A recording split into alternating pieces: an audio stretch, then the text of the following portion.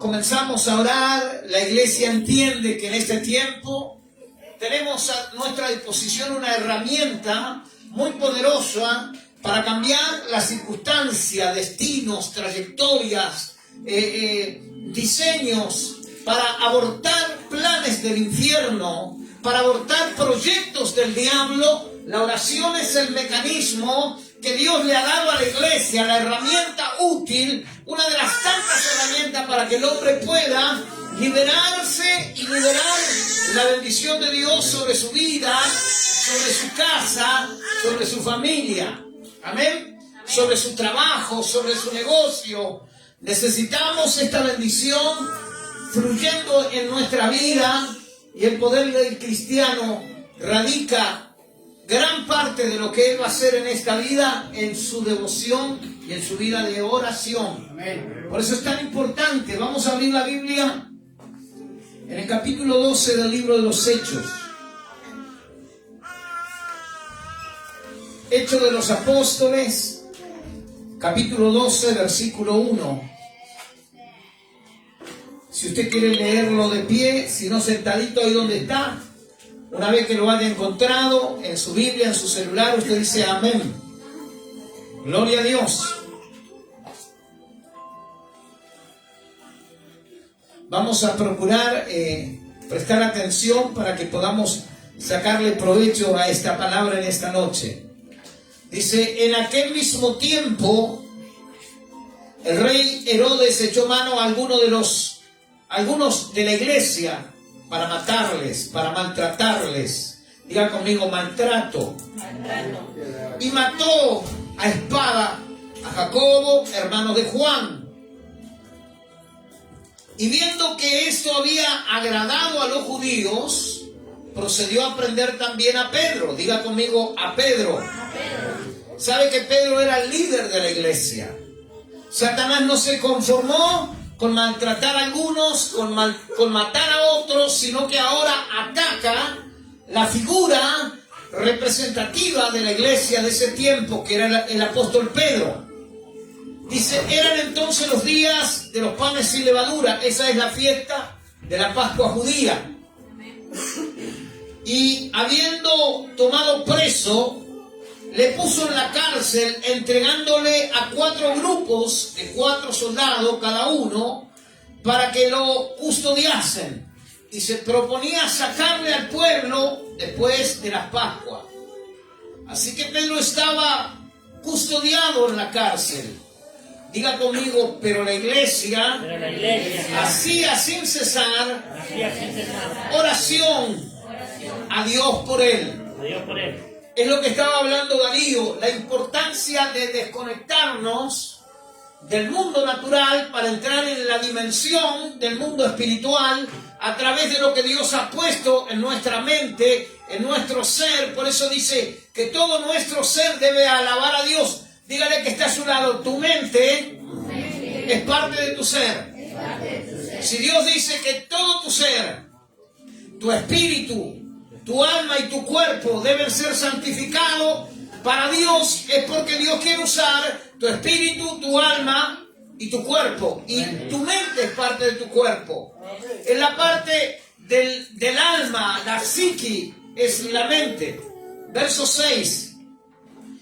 Y cuando Herodes le iba a sacar aquella misma noche, estaba Pedro durmiendo. Diga conmigo, dormir. En medio de la prueba. Wow. ¿Cuántos de ustedes, cuántos de nosotros dormiríamos si sabemos que al otro día nos van a cortar la cabeza? ¿Dormiría usted? A menos que sea un suicida. Porque hay gente que le da lo mismo la vida o la muerte. Total, ellos tienen pensado en cualquier momento se ahorcan, en cualquier momento se vuelan la cabeza un tiro. Pero esa no es la gente normal. La gente normal ama la vida, porque si hay algo que Dios nos ha dado y nos ha bendecido con algo y nos ha premiado con algo, es con la vida que usted y yo tenemos. Y esa vida no le pertenece a usted ni me pertenece a mí, le pertenece a Dios. ¿Está escuchando? Entonces dice, Pedro estaba durmiendo entre los soldados, sujeto con 2 cadenas. y los guardias delante de la puerta custodiaban la cárcel. Y he aquí que se presentó un ángel del Señor y una luz resplandeció en la cárcel. Diga, una luz resplandeció en medio de las tinieblas. Y tomando a Pedro en el costado, en el costado, le despertó diciendo: levántate pronto. Dígale que está a su lado: levántate pronto. Porque si te levantas pronto, las cadenas se te van a cortar. Amén. Verso 8. Le dijo el ángel: cíñete, átate las sandalias. Y lo hizo así. Y le dijo: envuélvete en tu manto y sígueme. Y saliendo le seguía, pero no sabía que era verdad lo que hacía el ángel, sino que pensaba que veía una visión. Y habiendo pasado la primera y la segunda guardia, llegaron a la puerta de hierro. Diga conmigo: la puerta de hierro es la que nunca se abre, a menos que haya un motivo. La puerta de hierro es la de máxima seguridad de una cárcel. Era la puerta que solo alguien tenía la llave para abrirla. Y que solo salían por esa puerta los presos que eran liberados. Y dice que cuando pasa la segunda guardia, la primera guardia, la segunda guardia, ¿no? Llegaron a la puerta de hierro que daba a la calle de la ciudad, la cual se abrió por sí misma. Y saliendo pasaron una calle y luego el ángel se apartó de él. Qué buena palabra esta. Estamos ayunando. ¿Cuándo están ayunando estos días? Esta primera semana del mes de septiembre. Wow, pocos están ayunando. Vamos a tener que inyectarle, ¿cómo se llama eso que va a la mente? Dopamina. No opamina, porque algunos damos más opamina que otra cosa. Hermanos, estamos viviendo un tiempo muy difícil. Y como decía Darío, cada padre que es padre tiene un compromiso con un hijo, mínimamente de 25 años. Yo que dicen, yo puedo criar solo, yo soy papá y mamá. Y después está la mamá que dice, yo me hago, puedo tener un chico a través de un sistema que pueden producir un esperma en el vientre de esa mujer, ¿no? ¿Cómo se llama? Inseminación artificial. Y esa persona puede criar a su hijo sin padre. Pero esa no es la fórmula de Dios. La Escritura dice en Génesis 4:2, dice: y conoció a Adán a Eva y engendraron a Caín, al cual su madre llamó Caín porque dijo: por voluntad de Jehová he engendrado. Entonces, cuando nace un hijo, un matrimonio tiene mínimamente 24 años de compromiso. Por eso, decía Darío, tenemos que darle clase a los que se quieren casar, debemos darle charla a los que se van a casar, a los matrimonios no, porque ya estamos al horno. Pero a los que se quieren casar, ustedes tienen que decir: veo que linda la fiesta, la ceremonia, y yo te declaro marido y mujer, y puede besar a la novia. Qué lindo gesto, y ahí le da un beso. ¿Al próximo año estará dispuesto a darle otro beso? ¿A los 4 o 5 años estará dispuesto a darle un beso? ¿A los 15 años qué está por darle? ¿Un beso o un divorcio? Entonces el compromiso cuando nace una criatura es de 25 años mínimo. Porque esa criatura necesita 4 o 5 años para ser un niño, un infante. Luego comienzan los compromisos con los 2 años de preescolar, con los 7 años de escuela primaria, con los 5 o 6 de secundaria, y después que Dios te ayude. ¿Es así, no? Así es. Wow, aquí no hay padres, debo ser el único papá que hay acá. No, después viene la universidad.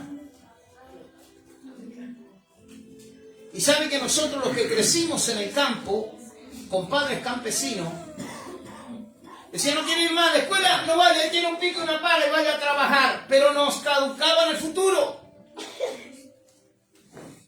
Porque salir a trabajar antes de tiempo es como tener hijos antes de tiempo. Hoy la juventud tiene 10 o 11 años y ya quiere andar a los besos, ya quiere andar escondido. Y hay padres que le celebran, ¡ay, mi hijo es mujeriego, ha salido igual que el padre! No es mujeriego. No es un machito. Es una criatura que está desubicada en tiempo y espacio. Porque a los 11 años tiene familia, a los 10 años quiere tener novia, a los 15 años tiene un hijo, a los 20 años está cansado de la vida y se quiere matar. ¿Saben por qué la gente se suicida? No solamente porque consume, porque no encuentra su destino, porque hay padres que no educan, porque creen que los hijos a los 10 años pueden estar de novio, las hijas a los 10, 11 años pueden andar a los besos. Y no es así, no tenemos que pasar por encima las etapas de la vida, porque después esas etapas vuelven y nos pasan factura. ¿Qué cree usted que es el síndrome de los 40? Lo que le dicen hoy es el síndrome de los 40. No, es mentira, es que tenías 15 años y ya tenías un bebé. Todavía dejaste una muñeca y ahora tenés un bebé. Dejaste de estar peleando con mamá y papá para pelear con un marido que tenés en tu casa. Y no disfrutaste etapas de la vida. No fuiste joven. Y la gente cree que hay que beber, hay que drogarse para conocer el mundo. No, la Biblia dice en el Salmo 1, bienaventurado el hombre, la mujer, que nunca estuvo en consejo de malo, ni en sillas de escarnecedores se ha sentado, sino que en la ley de Jehová encuentra delicia, y en esa palabra medita de día y de noche. Este hombre, esta mujer será como el árbol plantado junto a las corrientes de agua, dará su fruto a su tiempo, su hoja no caerá nunca, y todo lo que él haga prosperará. Amén. ¿Por qué se cree que hay criaturas que tienen 18 o 20 años, ya tienen su departamentito, ya tienen su auto? ¿Por qué? Porque mientras mi hijo está drogándose, mi hijo está emborrachándose, este chico está invirtiendo su trabajo, en su estudio, en su mañana, en su porvenir. Al diablo le encanta hacer claudicar todo plan, abortar todo lo que Dios tiene diseñado contigo. Por eso el evangelio no es para jugar, hermano, no es para venir al culto. Solamente tú tienes que tener una relación diaria con Dios. Porque Satanás no respeta edad, Satanás no respeta rango, no respeta ministerio, no respeta pastorado, no respeta apostolado. El diablo es un intruso. Él vino a robar, matar y destruir. Y usted debe ser consciente de eso. Mire, tengo un nieto que nos visitó anoche. Tiene 13 años. Ya está más alto que yo. Cuando él nació con esa enfermedad que se inflama el cerebro. ¿Cómo es que se llama? Meningitis. Entonces, se lo dieron a mi hijo y le dijeron, la situación de este niño va a ser complicado. Es el hijo, mi primer nieto, el hijo de mi hijo mayor. Y mi hijo mayor lo tomó del hospital y lo llevó a la iglesia. Y así se oró por esa criatura y Dios hizo un milagro. Cuando el chico tenía 10 años le descubrieron un problema cardíaco. Estuvo casi un año sin jugar fútbol, sin hacer boxeo, que eran los deportes que él le apasionaban. Le metieron por aquí un corte en su pierna, por allí le metieron una válvula que llegó hasta su corazón, una manguera que reemplazó la vena que estaba afectada. Estuvo casi 6 meses inactivo en todo tipo de actividad. Nunca, hermano, hace un año, él haciendo negocios, comprando anillos, vendiendo cadenitas, se compró una guitarra eléctrica. Me llama, me dice, abuelo, me compré una guitarra, ¿qué te parece? Me la venden en 12.000 pesos, ¿qué decís vos? Está buena, hijo, comprala. Hoy está siendo músico de una iglesia donde él está tocando. Y nosotros hace 3 años estamos trabajando aquí. 3 años. E incluyo a los de mi casa. Cero interés en los instrumentos. Aquí hay guitarra. Aquí hay una guitarra. ¿Saben para qué la usamos? Ahí está. Para correrla para acá. Para sacarla de acá y ponerla ahí. Para sacarla de acá y ponerla acá. Porque este instrumento siempre está molestando. No hay pasión. No hay sueños. No hay proyectos. No hay vida interesada en servir a Dios. Yo cuando tenía 6 años nací en un hogar de pobres como pocos. Yo no conocí ropa nueva hasta que yo no tuve más de 20 años. Pero yo aprendí a tocar la guitarra a los 6, 7 años. No tuve un profesor. Yo iba a los bares donde la gente bebía, fumaba, jugaba, timbiaba, y yo iba a ver las guitarreadas y allí yo me miraba al músico y yo me llevaba un cuadernito y este dedo lo pone acá, el otro allá, el otro acá, pim, pim. Cuando yo llegaba a mi casa practicaba. Lo volví loco a todos en mi casa. Pero yo aprendí. Yo viví de la música. ¿Por qué? Porque tenía pasión. En el Señor hay que tener pasión. En el Señor hay que tener pasión. Vuelvo a decírselo, usted tiene que tener pasión, tiene que ser un apasionado de Dios, tiene que ser un apasionado de Cristo. Su vida su corazón tiene que latir como cuando se iba a encontrar con la novia y estaba enamorado y ting dum dan ding dum, el corazón parecía que se iba a salir por la boca, pero no tiene esa pasión para venir a la casa de Dios. Nos ponemos de pie. Levante sus manos.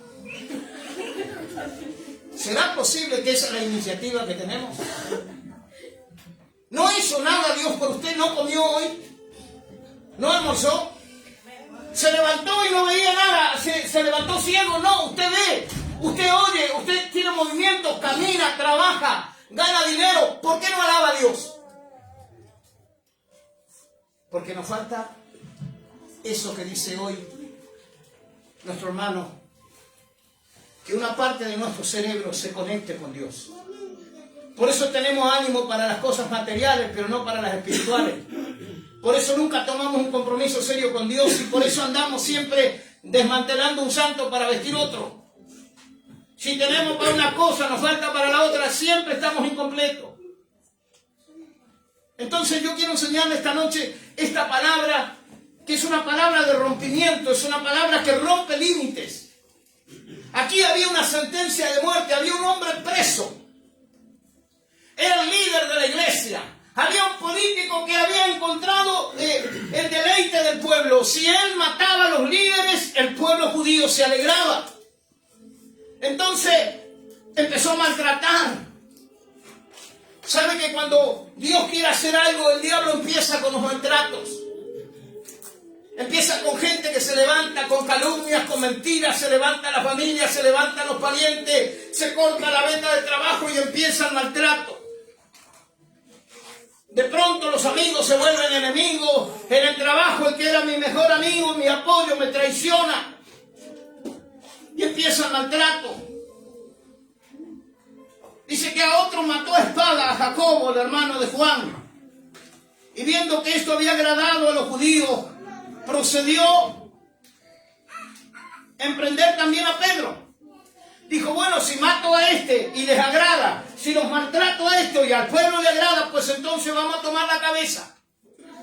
Y Satanás ataca la cabeza. ¿Sabe lo que dice Zacarías? Heriré al pastor y las ovejas se desparramarán. Siempre el diablo atacará el liderazgo. Siempre el diablo te atacará a ti porque tú eres la cabeza de tu casa. Él sabe que si el padre está torcida, toda la casa está torcida. El diablo sabe que si la iglesia tiene un liderazgo enfermo, pues toda la iglesia estará enferma. Entonces atacó a Pedro y lo llevó preso. Así que Pedro estaba custodiado en la cárcel, dice. Pero la iglesia hacía sin cesar oración a Dios por él. Y este es el punto que me gusta. ¿Cuánto hace que no oramos sin cesar? ¿Cuánto hace que no te despertás en la madrugada? Pastor, empezamos el ayuno. Yo quisiera que algún día alguno de ustedes me diga, No se olvide que mañana tenemos que ayunar, No se olvide. Armó la cadena, pastor, mire que yo ya estoy listo.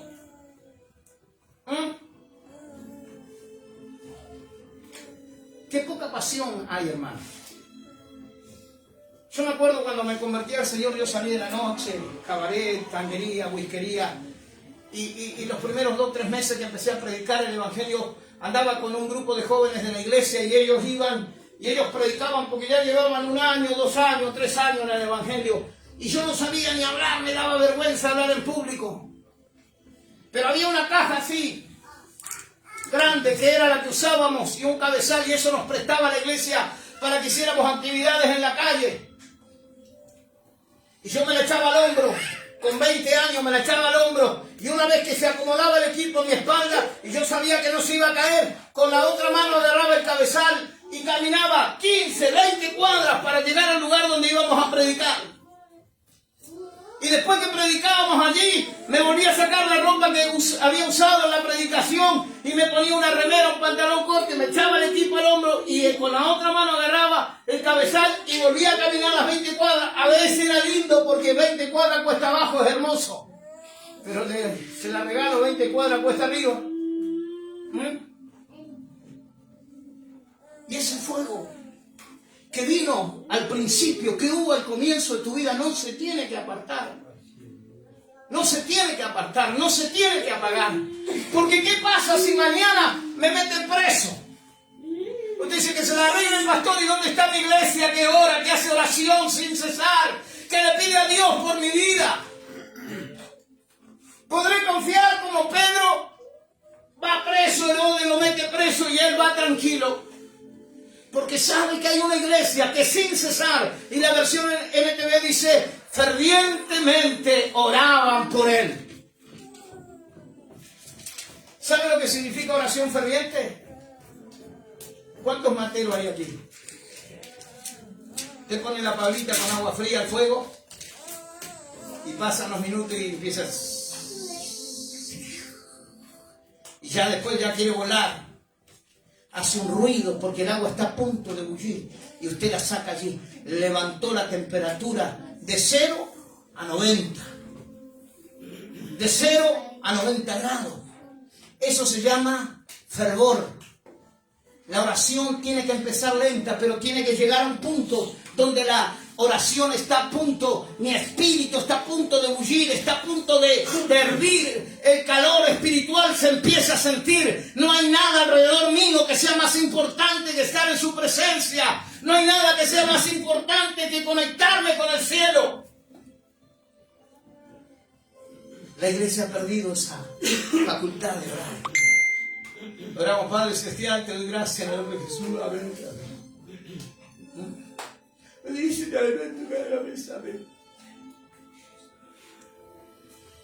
Usted se ha puesto a pensar cuántos no tienen lo que usted tiene en su mesa.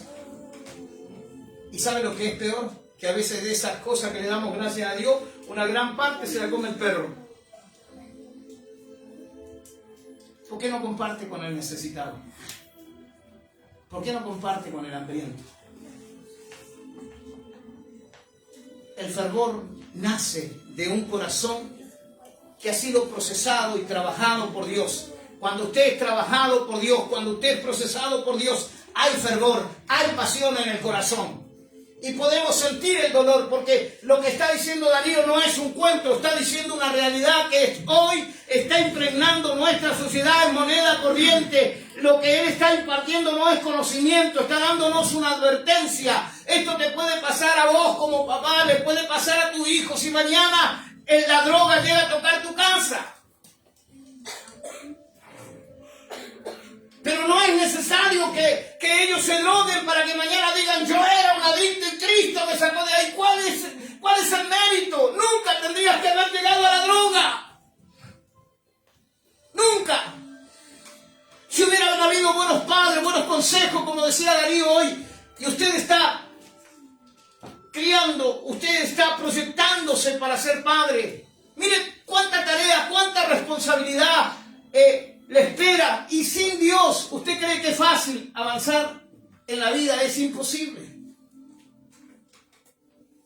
Y Darío puede enseñar, porque nosotros lo hemos visto, mientras su esposa está en el trabajo, él viene con sus niños y lo atiende, que mamadera, que pañales, y está acá, y tenés la coordinación, y tenés un devocional, y él está con el Señor, con los hijos, con la casa.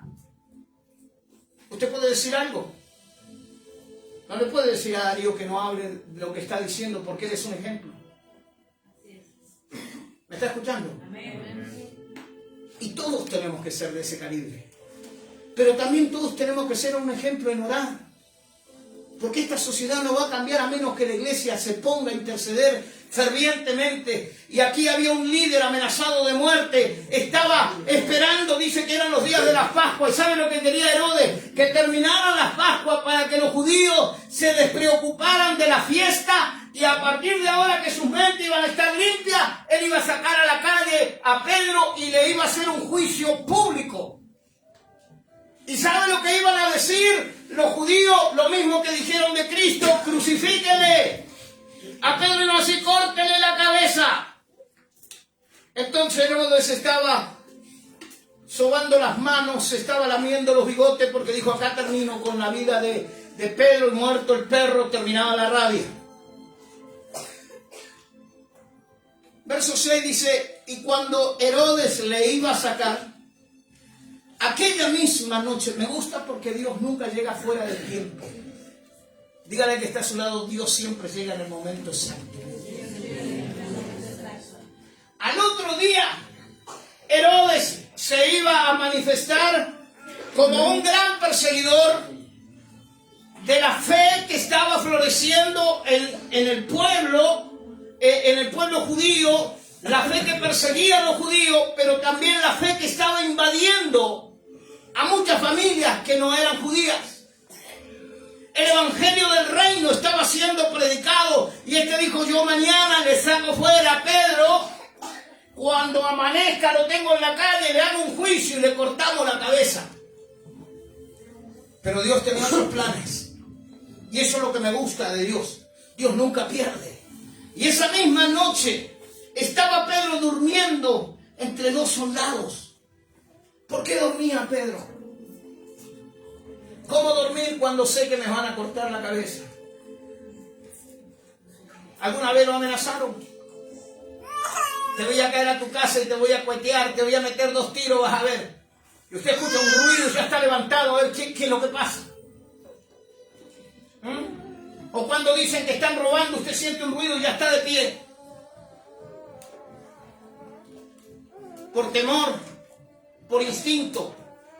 Yo hubiera estado toda la noche orando ahí: Dios mío, sácame de esta situación. No quiero que me maten.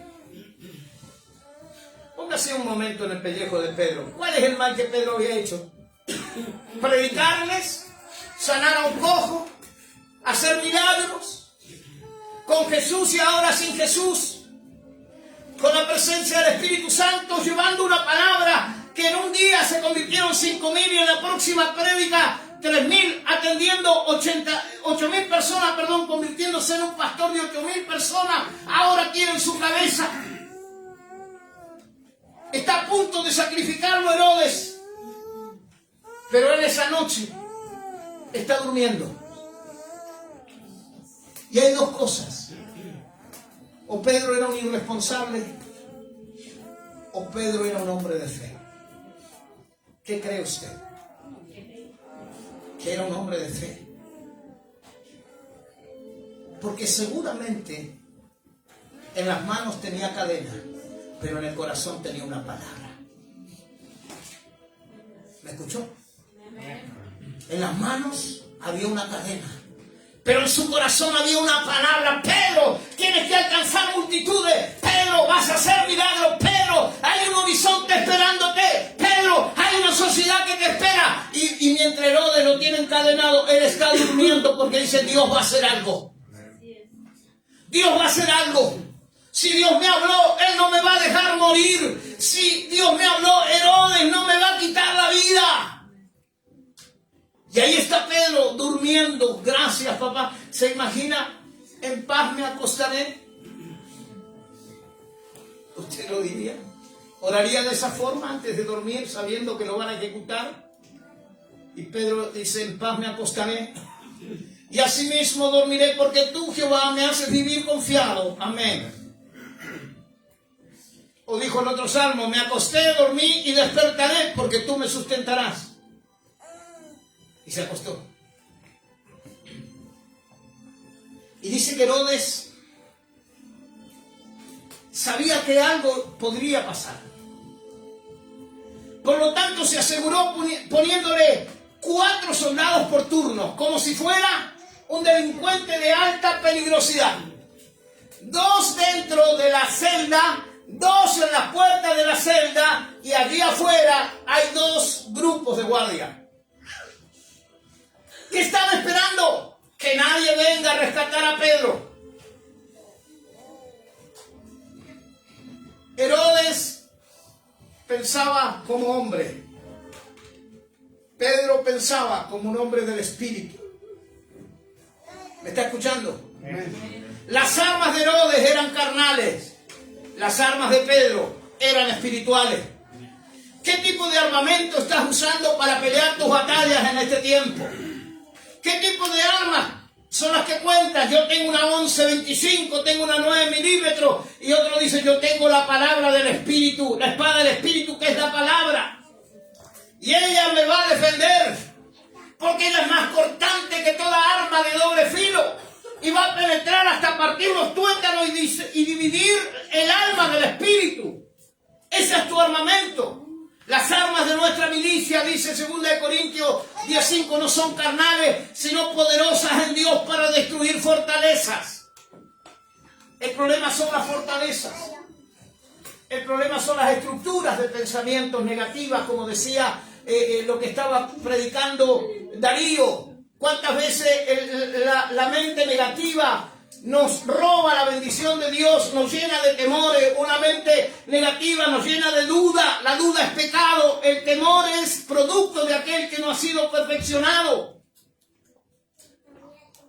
Una mente negativa no puede creer.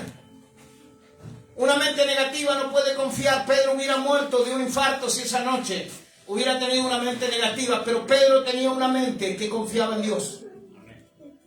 Dígale al que está a su lado, tu mente tiene que ser renovada para que tu fe sea en Dios, mediante tu espíritu y no mediante tu fuerza. Y mire, dice que este hombre le puso guardias, y estaba leyendo algo. Dice que cuando una persona, las cárceles esas eran cárceles sumamente oscuras. Ese tipo de prisiones eran muy oscuras. Y un prisionero que estaba un par de días ahí adentro, dice que la falta de luz, cuando la vista no ve luz por varios días, puede producir trastornos mentales, puede producir capacidad de pensar, y era la idea, y capacidad de desarrollarse, de actuar. Es como que más allá de las cadenas, más allá de las prisiones, había otra tortura que quería que Pedro no pudiera pensar como debía pensar, que cuando saliera una vez más a la superficie no pudiera tener la capacidad mental que él tenía y espiritual que él tenía para desarrollar los planes y los propósitos de Dios. Había toda una mala intención del infierno poniendo a Pedro en ese estado. Pero ¿sabe lo que pasó? Dice el verso 7. Y he aquí que se presentó un ángel del Señor, y una luz resplandeció en la cárcel. Así, mientras todo estaba preparado para la muerte de Pedro, el Señor envió su ángel. ¿Por qué intervino el Señor? ¿Por qué intervino el ángel? Porque había una iglesia que oraba fervientemente. ¿Por qué el ángel del Señor tomó intervención? Porque Dios escucha todavía la oración de sus hijos. Porque Dios escucha todavía la oración de su pueblo. ¿Cuántos de ustedes han estado orando estos días y han visto respuesta en algún ámbito? Y dice, el ángel del Señor apareció de pronto en la cárcel, y una luz resplandeció en la cárcel. y tocando a Pedro en el costado le despertó. Pedro, levántate pronto. No es tiempo para gente lerda. No es tiempo para gente perezosa. Es tiempo para gente rápida, para gente perspicaz. Es tiempo para gente que tiene la mente despierta. Es tiempo para gente que tiene los 4, 5 o 6 sentidos bien ejercitados. Es tiempo para gente que sabe lo que quiere, que sabe lo que desea del Señor, que sabe para qué Dios lo llamó, que sabe cuál es su función, cuál es el rol a desempeñar. Este es un tiempo como en esos días el ángel lo toca a Pedro en el costado y le dice: Pedro, levántate pronto. Y las cadenas se cayeron de las manos. La cárcel tenía tinieblas, pero la presencia de Dios trajo luz.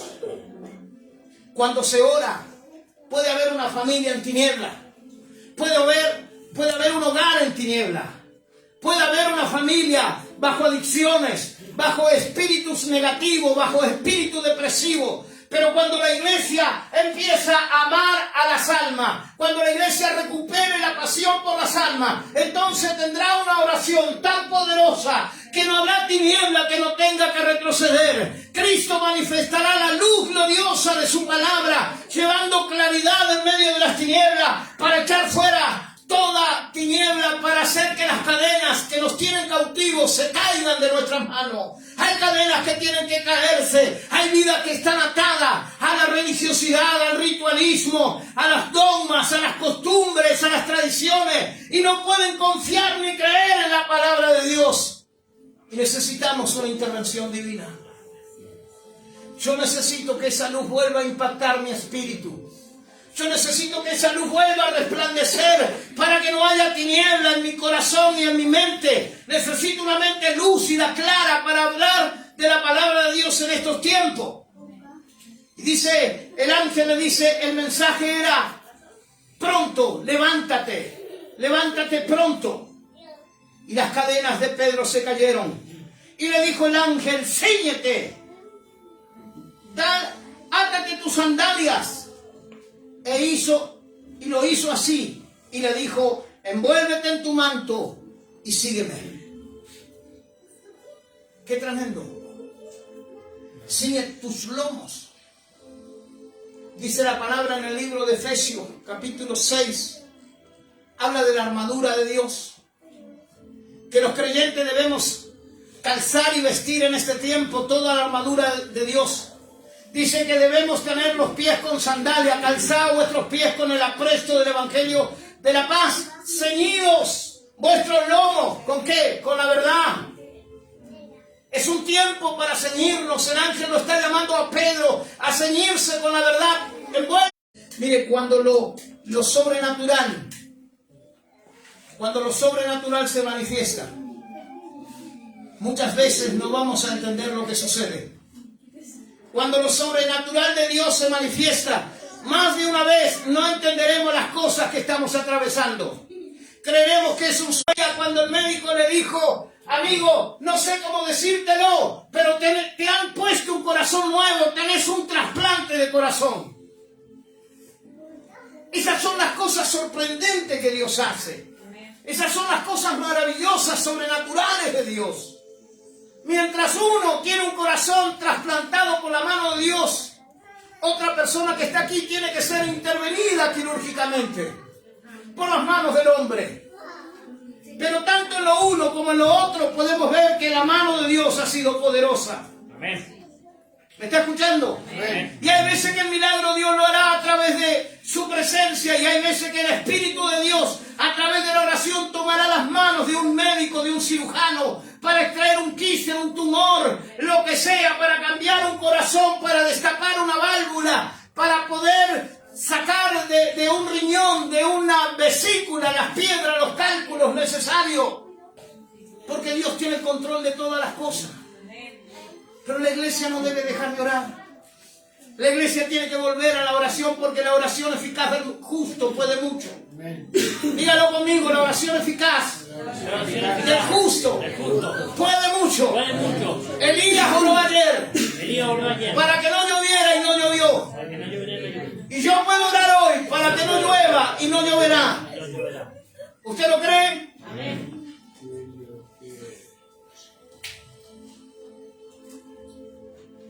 ¿Usted lo cree que puede suceder? Esto es lo que Dios quiere hacer. Revestir a sus hijos de lo espiritual. Dice, si usted lee el pasaje de allí, de capítulo 15 de 1 de Corintios, dice el apóstol Pablo que todos seremos transformados. Escúcheme, míreme un minuto, porque si usted no puede creer que Dios hace un milagro, ¿cómo va a creer esto otro? Cuando Cristo venga, dice, que esto corruptible, este cuerpo, se vestirá de lo incorruptible. ¿Cómo cree que un día en un abrir y en un cerrar de ojos esté vivo o esté en un sepulcro? Al sonar la trompeta usted se levantará y volará a la eternidad. ¿Cómo lo creerá? Si no puede creer por un milagro, por un cambio, por una transformación. Tan difícil que se nos hace orar. Hermanos, y dice, y habiendo y saliendo le seguía, pero no sabía si era verdad lo que hacía el ángel, sino que él pensaba que estaba viendo una visión. ¿Cuántas veces Dios ha traído respuesta y no hemos sabido si realmente ha sido Dios o ha sido el hombre? Cuando me quedé sin vehículo, me fui a las 9 de la mañana de aquí y me encontré con un hombre, y a las 12 del mediodía hacía un peso en el bolsillo. Estacioné ahí atrás una camioneta y le dije a mi esposa, vení, ¿qué pasa? Vení, ay, ¿quién te la prestó? No me la prestaron, me la vendieron. ¿Y con qué la pagaste? Sin dinero y sin precio. ¿Me está escuchando? Dios hace cosas increíbles. El tema es que usted lo crea. Un día le dije a mi hijo, necesito 20 caños de PVC. Fuimos a hacer una compra y vino el chico del corralón y me dice, ¿usted pidió 20 caños de PVC? No. ¿Cómo no? ¿Usted se llama Nelson? Sí. Bueno, hay 20 caños para usted. Pero el remito acá lo tengo, dice, tiene que cargarlo nomás. Así que vinieron y me cargaron arriba de la camioneta 20 caños. Yo no entendía por qué. Pero yo no le había pedido al dueño, no le había pedido al empresario para que yo trabajaba. Yo solo le había pedido a Dios. Dios sigue trayendo respuestas. Dios me pudo dar caños, me dio una camioneta sin plata. Un día le digo a mi esposa, dice, mañana vamos a suspender el comedor porque no hay nada para cocinar ni para comprar. Suena un bocinazo ahí afuera. Un hombre que se llama Patricio, un pastor. Nelson, ¿cómo te va? Te han andado buscando por todos lados, amigo. La voz me parecía particular. Hacía más de 20 años que no lo veía. ¿Sabe que está mi hija viviendo por acá? Y me dijo, allí hay un pastor que hace comida. Le digo, ¿quién es? ¿Cómo se llama? Nelson. Ah, sí, amigo mío. Querido, ¿qué te hace falta? Todo, no tengo nada. Metió la mano al bolsillo y nos dejó 15.000 pesos. Te estoy hablando hace 2 años atrás, por lo menos. Compramos todo lo que hacía falta para el comedor y hubo para ese sábado y para el otro, porque Dios sigue proveyendo. Pero Dios responde la oración. ¿Qué le falta a usted, mi hermano? ¿Qué le falta a usted? Señor, dame el techo de casa. Dios dice, busca primero el reino. Señor, necesito terminar de poner el piso, el cielo raso. Busca primero el reino. Su perfecta justicia, tu techo, tu casa, tus cerámicos, tu vehículo, todo viene por añadidura. Dios tiene principios y Dios se rige por sus principios. Dios no altera el orden de Él. Buscad primeramente el reino de Dios y su perfecta justicia y todo lo demás te va a ser añadido. ¿Qué necesitas? Pídeme y te daré por herencia a las naciones. Pídeme y te daré por herencia hasta los confines de la tierra, pero pídeme. Dios ya sabe lo que necesito. Él dice, pídeme y recibiréis, para que vuestro gozo sea cumplido. Porque todo el que pide, recibe. Todo el que llora, no recibe. Todo el que se queja, no recibe. Todo el que se lamenta, no recibe. Solo el que pide, recibe.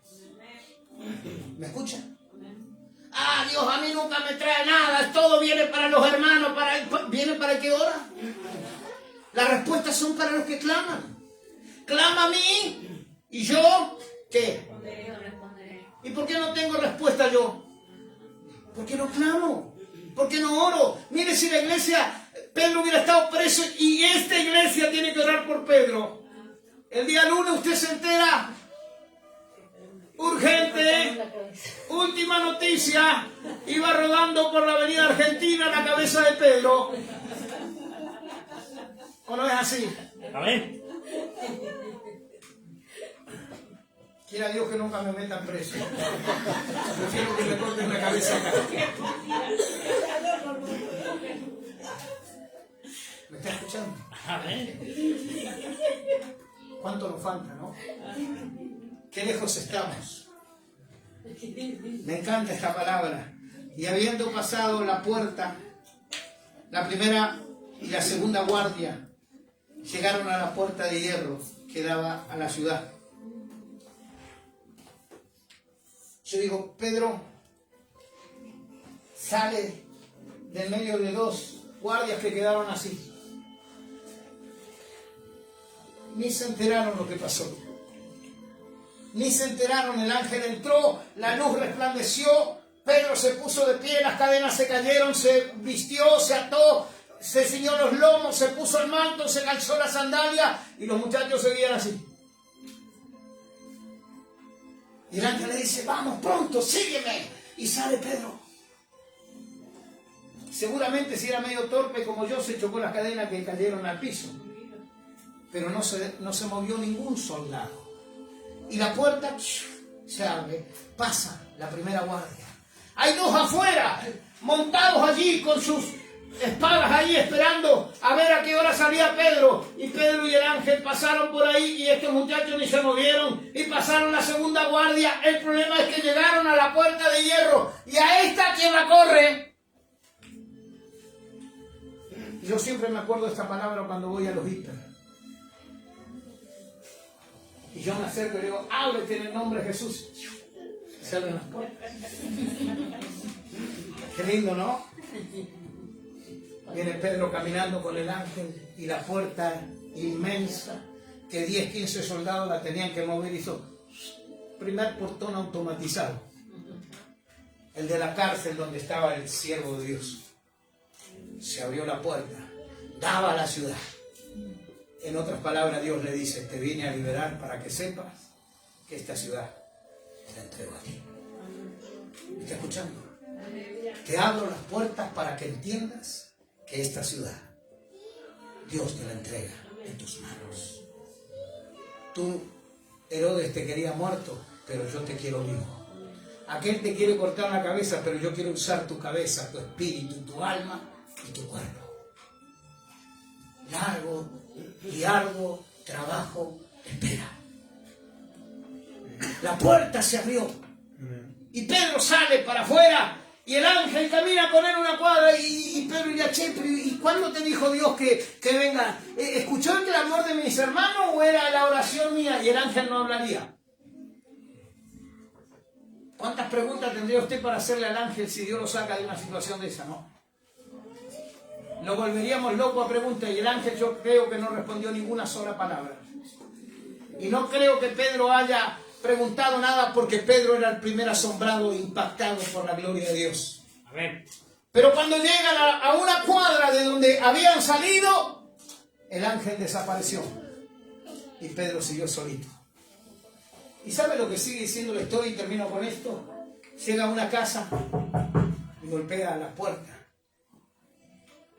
Y sale una persona y abre. Dice, ya va. Cuando abre, ¡guau, Pepa! soltó la puerta y viene corriendo y dice, ¡en la puerta está Pedro! ¡No sabe lo que es! Y le dice, es un fantasma, es un demonio, te reprendo en el nombre de Jesús. Porque estaban orando, pero ni ellos creían lo que Dios podía hacer mediante la oración. ¿Saben lo que significa eso? Que la oración sigue siendo para cada uno de nosotros un misterio indescifrable. Si usted ora, usted verá cosas que ojo no ha visto, ni oído ha escuchado, ni han subido a la mente de los hombres. Eso pasará cuando empecemos a orar. Eso pasará cuando usted le dé un clamor. Un día estábamos haciendo una campaña, yo hacía poco que había salido de la vida mundanal que yo tenía, y llego a los caminos de Dios y empiezo a coordinar campañas para un evangelista, y llego, y me va a buscar a mi casa, me dice, Nelson, yo vivía en Sierra Grande, hay que ir hasta Los Menucos a buscar el sonido porque el jueves que viene empezamos la campaña. Yo digo, pero el colectivo vuelve, el tren vuelve el jueves, así que vas a tener que empezar el viernes. Empezamos el viernes. Y era un día martes. Y me dice, entonces vas vos hasta Los Menucos. 350 kilómetros de Sierra Grande, 70 kilómetros por camino de asfalto, y ahí había el resto por camino de tierra. Y mi hijo mayor, Elías, era como un poquito más grande que Ruth. Y yo había venido a una conferencia, y en esa conferencia estuve 3 días fuera, y el nene había levantado fiebre, y me dijeron, llévatelo porque tiene fiebre, te extraña, así que lo agarré. Me llevé una frazada, un bolso con ropa para el nene, con ropa para mí. A las 6 de la tarde salí a la ruta. A las 9 de la noche el tren tenía que tomarlo en un pueblo que se llama Valcheta, que está a 70 kilómetros de la ruta, camino de tierra. Y yo llegué a ese lugar y dije, Padre, si esta cruzada se tiene que hacer, las almas están perdidas. Tú me salvaste a mí, salva las almas, por favor, prepárame a alguien. Llego a la ruta y hacía un viento, hermano, y cuando me asomo así, hago dedo el primer camión que pasa, me para y me lleva. Llego hasta allí, 75 kilómetros de asfalto, y empieza la tierra. Cuando bajamos allí, nos envolvimos en la frazada, el nene y yo, y parecía, hermano, que el viento nos iba a sacar con frazada y todo. Hacía por lo menos 70, 80 kilómetros de viento, no se veía ni siquiera las manos, un tierral impresionante, y nosotros ahí con mi hijo, y le digo, hijo, sentate arriba del bolsito, papá va a hacer dedo. Y no quería salir el nene, y en eso siento un vehículo y hago así, con la mano, y para una camioneta. Y vuelve para atrás y me toca bocina. Yo ni siquiera sabía que había parado. Me dice, vamos, ¿para dónde va? Lo llevo. Digo, voy hasta Valcheta. Tengo que tomar el tren de las 9 de la noche. Y a las 9 de la noche, en punto, la camioneta estaciona. El tipo me deja en la estación de trenes. Levanta la compuerta de la cúpula de la camioneta para que yo me baje. Y veo una luz de frente, el tren estaba llegando al andén. Me bajo de la camioneta, estaciona el tren, me bajo y le digo al guarda, señor, tengo que llegar a Los Menucos, pero no tengo dinero para el pasaje, suba. Wow. Dice, yo voy hasta Ramos Mejía. Ramos Mejía estaba 2 estaciones más adelante. Me dice, cuando en Ramos Mejía para el tren, vuelvo a hacer lo mismo con el guarda, lo van a llevar. Cuando llegué a Ramos Mejía, por el lado que estaba bajando este guarda, sube el otro. Le digo, jefe, estoy viajando sin dinero, necesito llegar a Los Menucos. Ando con mi nene. Le dice, no será problema. Digo, voy a viajar acá en el pasillo. No, tome un asiento y no se quede dormido, dice, porque falta Sierra Colorada, después vienen Los Menucos. ¿Y sabe qué? A las 3:30 de la mañana, después de haber salido a dedo, cada movimiento que hice estaba coordinado por el Señor. ¿Sabe por qué? Porque yo no tenía dinero, pero tenía fe. Hoy tenemos dinero y lo queremos hacer todo con plata. ¿Y la fe dónde está? ¿Dónde está la fe? Ah, yo si me sobra tengo, si me queda libre la tarjeta compro. ¿Y tu fe? ¿Por qué no oramos? Porque no necesitamos oración, porque todo lo manejamos nosotros. Sin embargo, cuando usted ora, Dios va adelante y Dios acomoda todo. Qué justo que el hombre que me alzó en la ruta me dejó en la terminal de trenes justo cuando el tren está llegando al andén. Qué justo que cuando voy a subir al tren, por donde yo quiero subir, está bajando el guarda. Qué justo que yo le digo al guarda, mire, no tengo dinero, y me dice, viaje, no se haga problema. ¿Usted cree que eso es casualidad? Eso es poder de Dios. Porque cuando usted aprende a depender de Dios, Dios nos da abundantemente todas las cosas, mucho más de lo que pedimos, mucho más de lo que entendemos y mucho más de lo que necesitamos. Pero en este tiempo, hermanos, la gente no sabe vivir por fe. En este tiempo vivimos por nuestro trabajo, por nuestra obra social, por nuestro recibo de sueldo. La Biblia sigue diciendo ayer, hoy y mañana dirá lo mismo, mas el justo por su fe vivirá. ¿Qué dice la Escritura?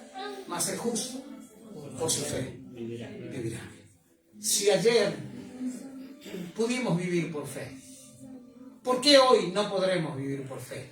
Si en días de crisis caminamos en fe, si en días de crisis Dios fue proveedor de nuestro calzado, de nuestro vestido, de nuestra comida, de la salud que necesitó nuestro cuerpo, ¿acaso Dios no es el mismo ayer, hoy y por los siglos? ¿Quién es el que ha cambiado, él o nosotros? Póngase de pie, yo quiero orar esta noche. Hay una iglesia que estaba haciendo oración sin cesar.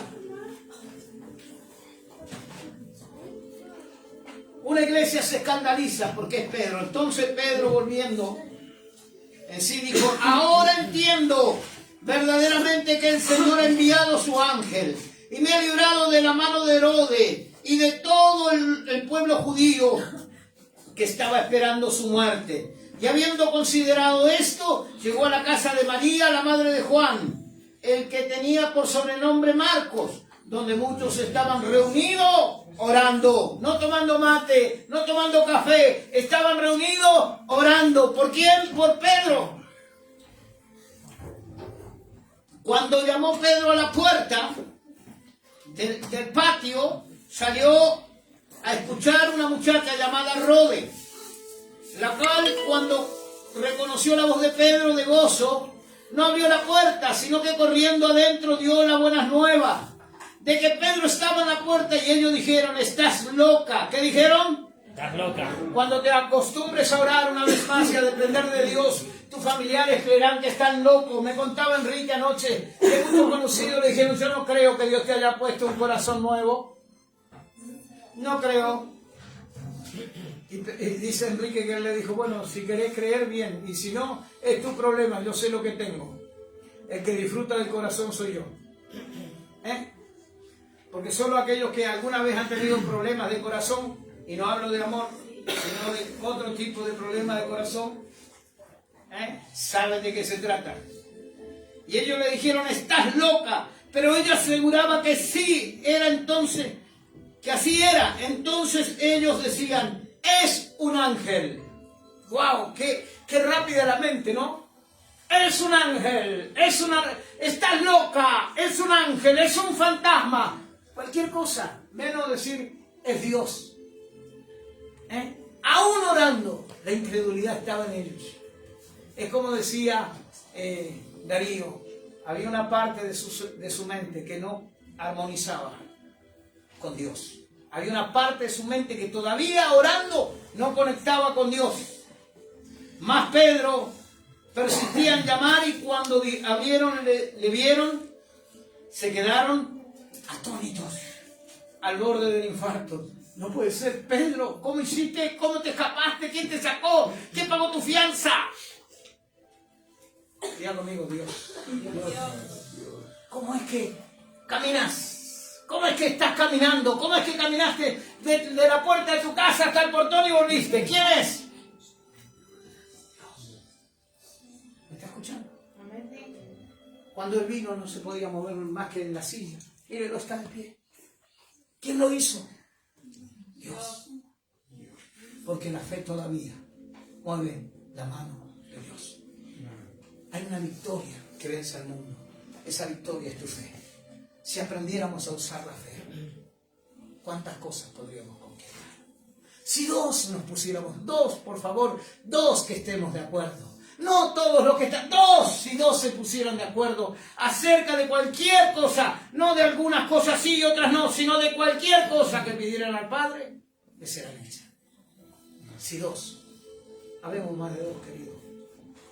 Este barrio tiene que temblar.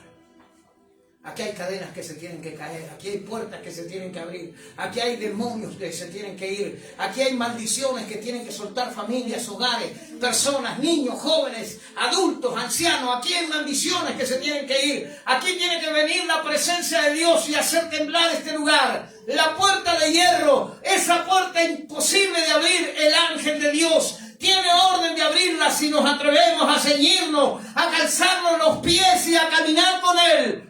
La puerta se abrirá y será para asombro de los incrédulos. Esa iglesia, ¿sabes?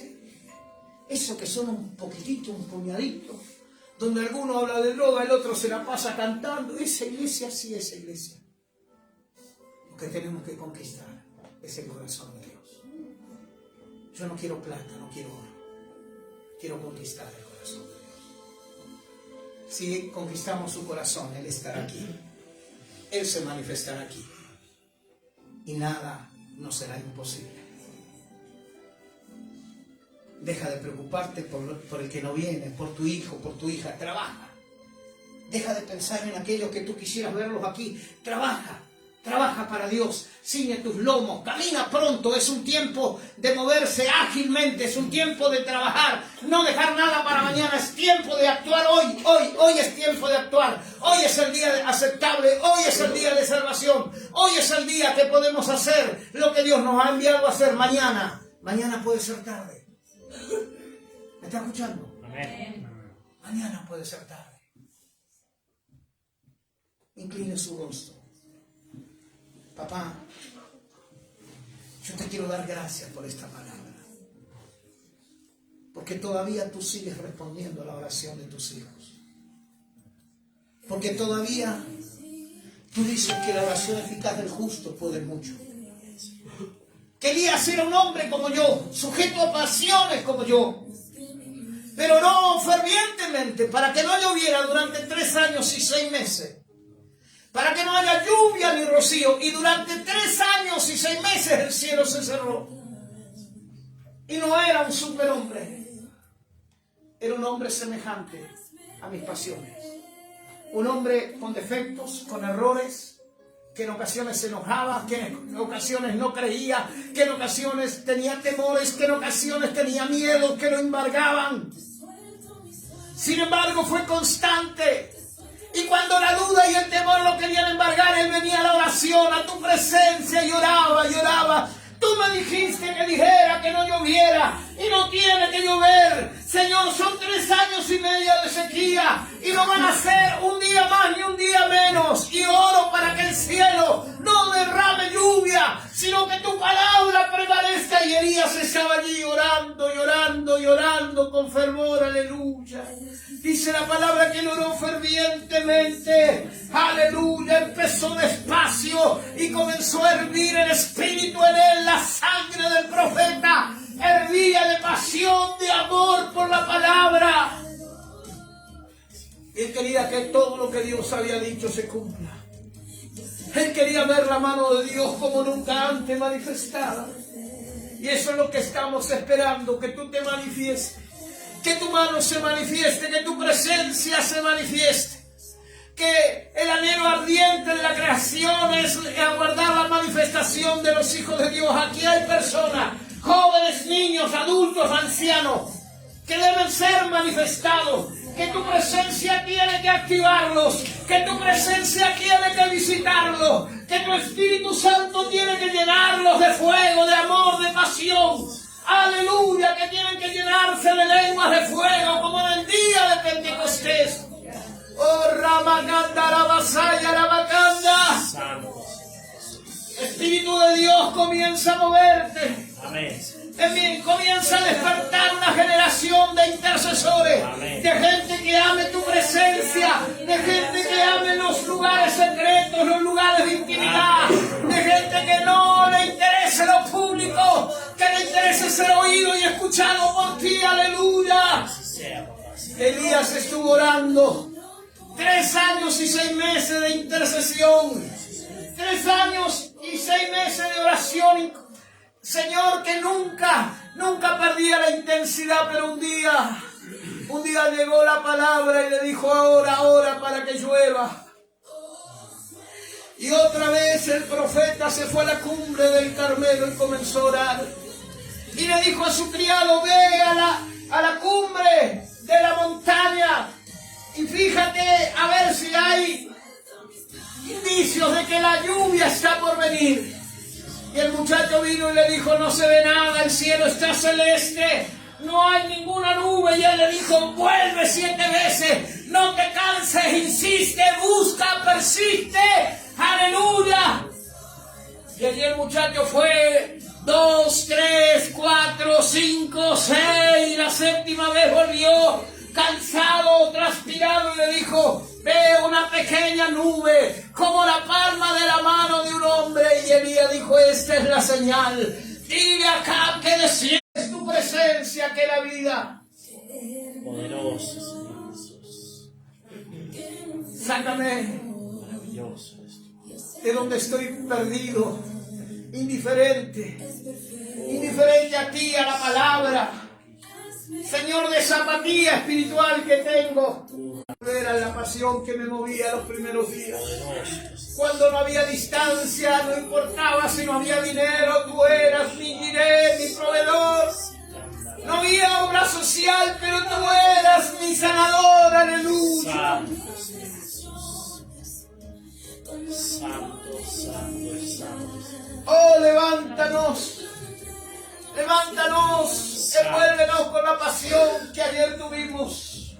Hemos dejado el primer amor.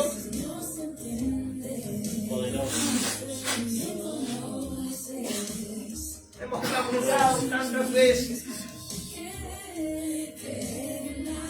La oración eficaz del justo sigue pudiendo mucho.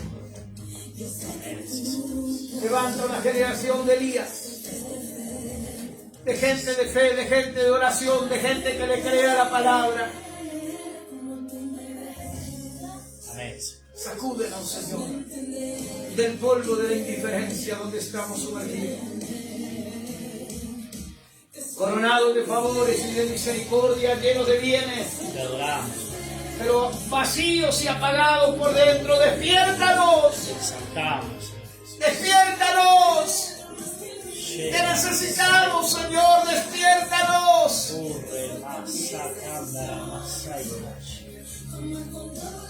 Toma. Te adoramos.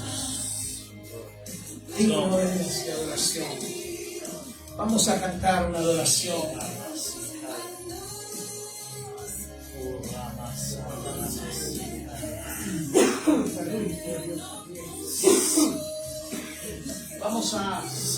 Vamos a adorar, y mientras adoramos